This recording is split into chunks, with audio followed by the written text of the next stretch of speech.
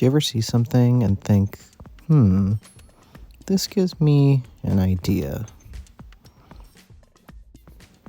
That's basically what we're doing in this video today.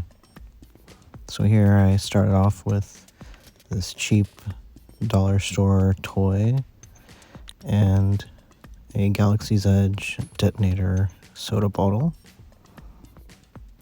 After deciding what parts I wanted to use from my little robot friend, started to decide how I was going to connect the parts to the bottle.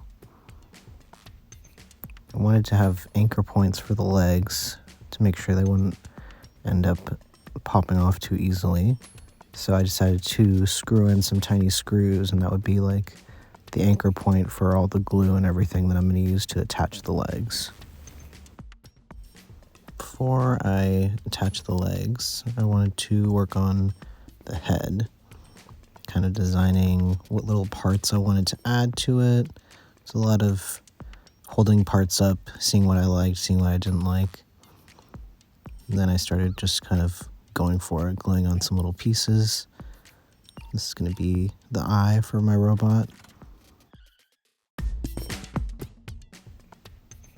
And I also wanted to give my robot a little antenna on top.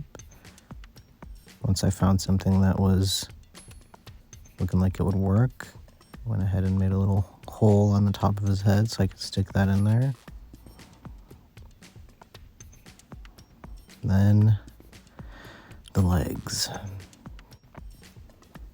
Alright, so I decided to use my anchor points and some generous amounts of hot glue to get the legs on there.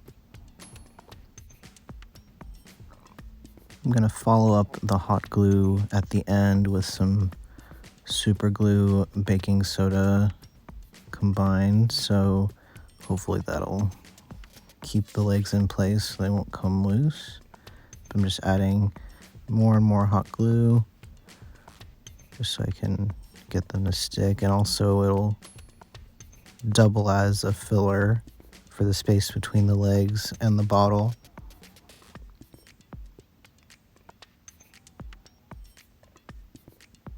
I'd go ahead and do that again to the other leg.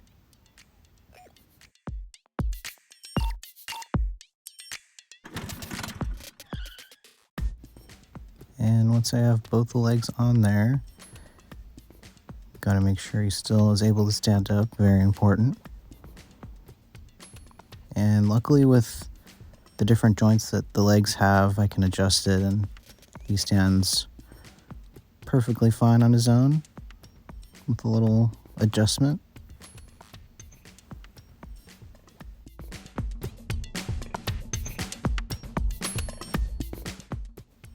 And once the legs were all taken care of, we could move on to the next bit.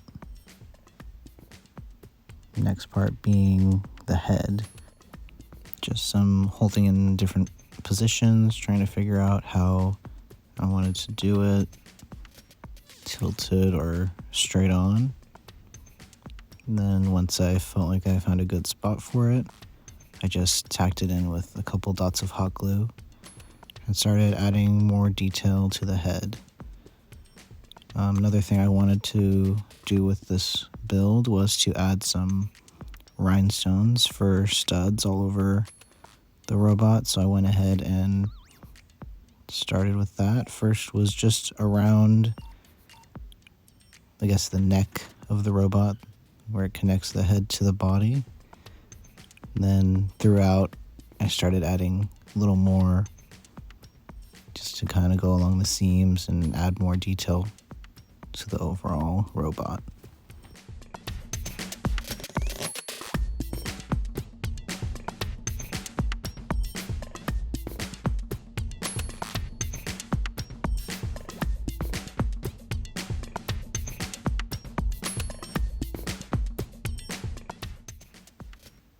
And so now I'm just going through and basically finding pieces I like and just adding them on, sort of building up the base body for my robot.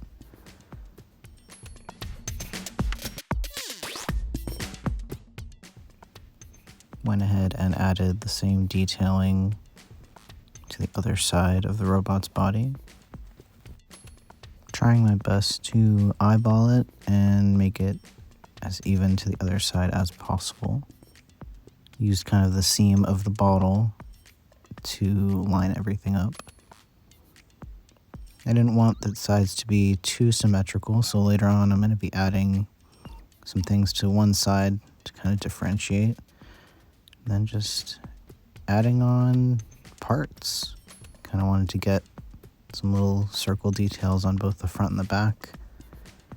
Back one have some like exposed circuit boards.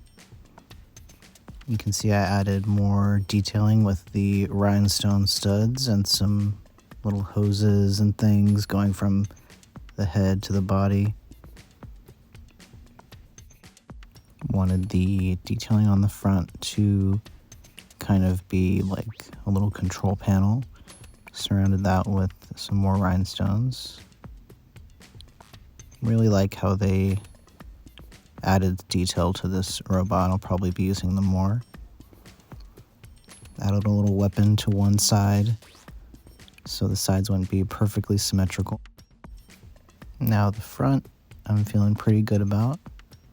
Back, I think I want to add just a few more things before I call it good. Just gonna add more tiny details. I have some little gears and things I want to add to the back. I want it to be like a panel's been missing and you can see all the inner workings of the robot. Wanted to add another little piece to the side of the head. I just really like this piece. I wanted to use it, slap that on there. Maybe like a secondary antenna or something. And then some more detailing on the front using some different sort of embellishments. And so before priming, that's what we have on the front. Pretty happy with it so far. And here's the back. Looking good. Prime is going to bring it all together. And after priming, I did sort of like a gradient with like a tan and a red. I'm just going to use a couple different colors. I want his body to almost look kind of rusty. So I'm just kind of mixing, going back and forth, doing a little more red, a little more yellow. So I went ahead and did this whole body, front and back. Then I wanted to do some green as my secondary color.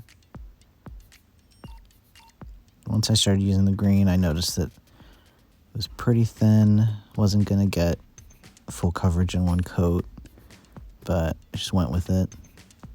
And later on, I end up going over it with a darker green that has a little bit more coverage, but also I knew I was going to do some dirty washes on this, so it would kind of help sell the old paint, sort of worn away, chipping. I do a lot of different chipping effects on this guy, so we'll see how it goes. Decided to paint his little control panel solid red.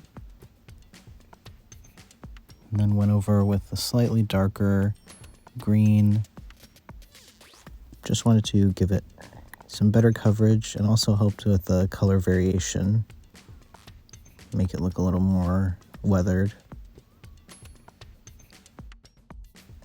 So the chipping effect that I wanted to kind of try out was you basically get the paint and you blob it on, and you're just not careful about getting full coverage, like the corners and the parts that are raised, those parts that would get knocked around and get distressed and chip. Those parts are going to be left bare and are going to show more weathering, so it's kind of chipping without having to do an extra step.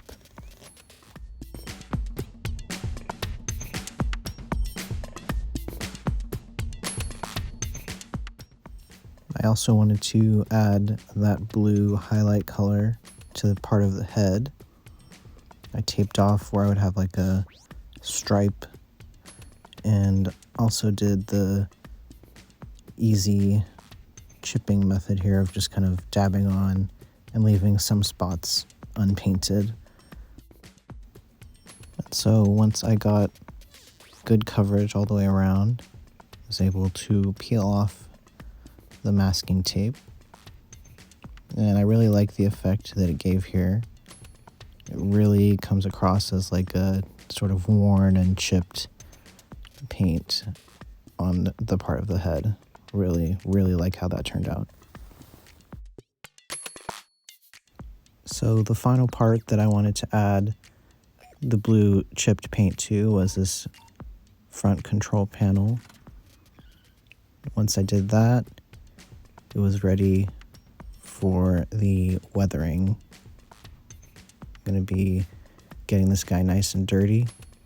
I also added off camera super glue and baking soda around where the head joins up to the body. A little messy, but it ended up looking like some messy weld marks, and I just go ahead and add a lot of weathering and dirt and rust effects, really blend it in and make it look like this is a really worn out robot.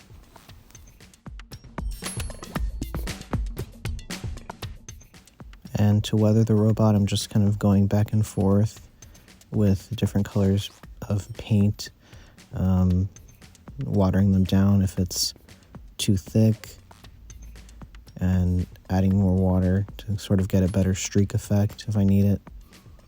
Just using some cheap acrylic paints, black, red, brown, and an off-white, and just going back and forth between each one, building up different layers. Getting some dark wash into some of the crevices. It really helps sell the worn effect and also the chipping effect that I used with the blue on the legs.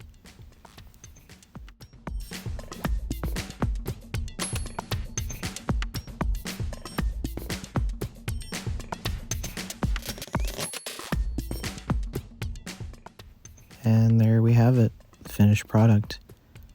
Little orange round body, reminiscent of a pumpkin. Maybe he's part pumpkin, just in time for Halloween. Anyway, I hope you enjoyed this video. If you could like, comment, and subscribe, I would really appreciate it. And look forward to more videos in the near future. Bye-bye.